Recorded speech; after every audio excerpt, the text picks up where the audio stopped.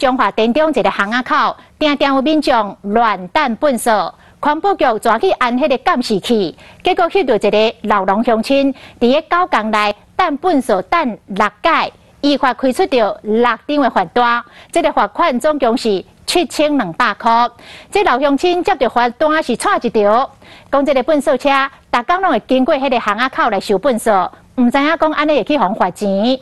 啊，环保局讲遐并唔是收粪扫固定的地点，而且彰化县早就已经来实施着粪扫无落地的政策。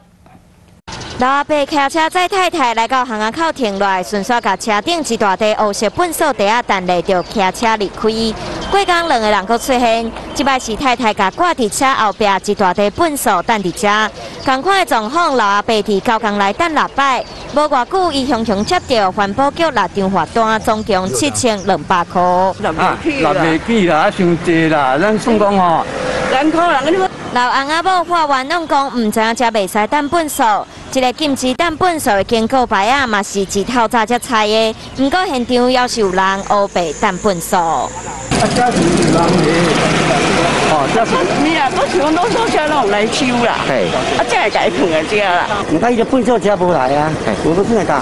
环保局表示，这毋是粪扫车固定收运的地点，而且彰化县早就实施粪扫无落地政策。这是不同的一个6次的行为，所以要按次来处罚。